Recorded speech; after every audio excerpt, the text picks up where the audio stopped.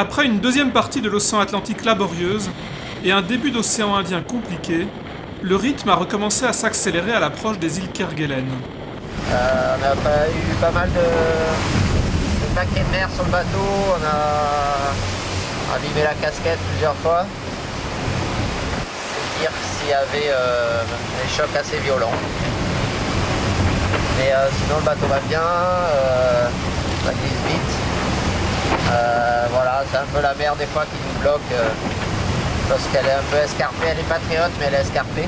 Les hommes verts sont bien rentrés dans le vif du sujet, avec la grisaille et le froid habituels sous ces latitudes. Il faut bien se couvrir, et Jacques Carès nous explique sa stratégie vestimentaire pour ne pas avoir froid. Alors moi j'ai pas hésité là, cette nuit, j'ai mis la combinaison sèche, bouclée, plus la veste par-dessus, la cagoule, la capuche. Ce qui m'embête c'est les lunettes là, c'est pas fait pour les mecs à lunettes ce genre de temps. Mais bon, on arrive à voir quand même. Et avec ça on est au sec? Et ben avec ça je t'avouerais que c'est Versailles. Bon. Nickel.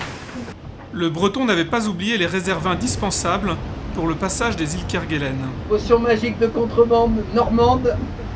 Nous avons passé les Kerguelen, donc nous prenons notre potion magique pour le Grand Sud. Et ben en fait la potion magique, oh putain, Je sens d'ici. tu sens? La potion magique on la garde toujours pour les moments durs. Et les moments durs c'est l'océan Indien, donc à partir des Kerguelen ça commence à se corser. Là on a eu 48 heures de plus ou moins costaud là. Donc ça je pense ça va être bienvenu. Je vais voir. Ah comme dans Astérix ça. À toi Loïc.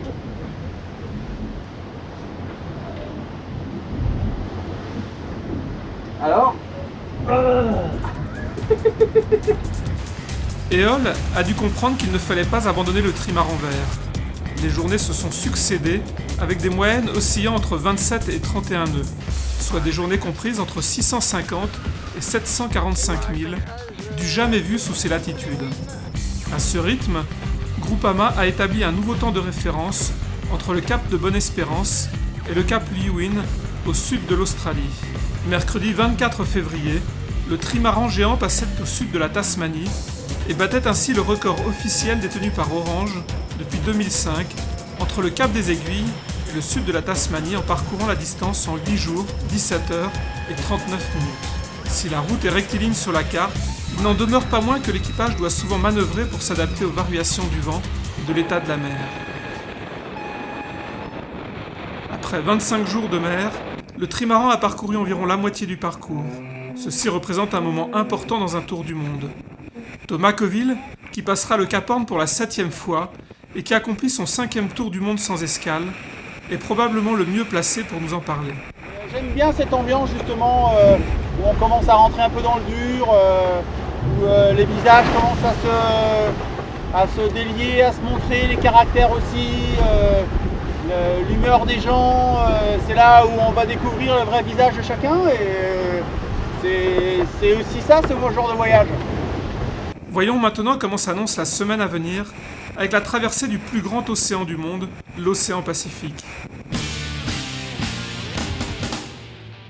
Après des conditions plutôt difficiles en Atlantique Sud, qui avaient mis Groupama un petit peu en retard sur le record d'Orange, les conditions de vent dans l'océan Indien ont été plutôt bonnes pour le bateau vert. Et donc Groupama a passé le sud de la Tasmanie qui marque la ligne du record, en fait ici, avec quelques heures d'avance sur l'ancien record d'Orange. Depuis une trentaine d'heures, Frank Camas et son équipage naviguent donc dans l'océan Pacifique en direction du Cap Horn. Donc on voit ici la Nouvelle-Zélande, et donc l'océan Pacifique jusqu'au Cap Horn qui se situe ici, avec environ 350 000 d'avance sur le record d'Orange, et cette avance devrait continuer à croître, puisque Groupama pourrait arriver, selon les dernières prévisions, en 31 jours, enfin entre 31 et 32 jours au Cap Horn, alors qu'Orange avait franchi le Cap Horn au bout de 32 jours et demi, quasiment le 33e jour. Donc, si on regarde un petit peu au niveau des conditions météo, ce que cela pourrait donner pour les jours à venir, on voit que Groupama navigue actuellement dans un flux d'ouest-sud-ouest. Et il y a une nouvelle dépression qui va arriver à partir de vendredi, qui va les pousser dans un flux qui va revenir au nord. Donc il faut savoir que le flux de nord-nord-ouest dans ces zones-là, ça veut dire peu de visibilité, mais par contre une mer beaucoup plus plate en avant de la dépression, et du vent plus chaud, puisque dans l'hémisphère sud, le vent de nord vient des tropiques, et donc est plus chaud. Et du vent de nord, donc, qui devrait les pousser durant le week-end, avec le passage d'un front, probablement en fin de week-end. On voit la bascule ici. Un retour du vent à l'ouest, avec des vents assez soutenus, 25, 30, 35 nœuds. Du vent d'ouest-sud-ouest, donc du vent froid, du vent qui vient du pôle. Donc pour la journée de dimanche et la journée de lundi. Et après, la situation est un petit peu plus incertaine, avec une nouvelle dépression qui arrive derrière, donc qui devrait ramener un flux de sud-ouest puis de nord-ouest.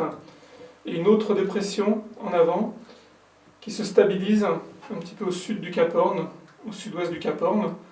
Donc pour l'instant, sur les modèles, on voit le bateau qui se glisse donc entre ces deux dépressions et qui passerait le Cap Horn au bout de 31 jours et demi environ. Orange avait eu une remontée de l'Atlantique assez laborieuse, puisque le passage du Cap Horn au bout de 32 jours et demi est arrivé au bout de 50 jours. Et on voit que si la première partie avait été rapide, le bateau avait été ralenti au large des côtes brésiliennes. Et puis également, après le passage du Poteau Noir et des îles du Cap-Vert, un fort ralentissement également ici. Donc on peut penser que si Groupama se présente à peu près dans les mêmes temps qu'Orange, voire avec une journée ou une journée et demie d'avance, la remontée de l'Atlantique, sauf conditions exceptionnelles sur la fin, pourrait bien se présenter et devrait permettre à Groupama de rester dans les temps du record. La route jusqu'à Ouessant est encore longue. Croisons les doigts pour que la deuxième partie du parcours se déroule aussi bien que la première et que la ténacité de Franck et son équipage soit récompensée.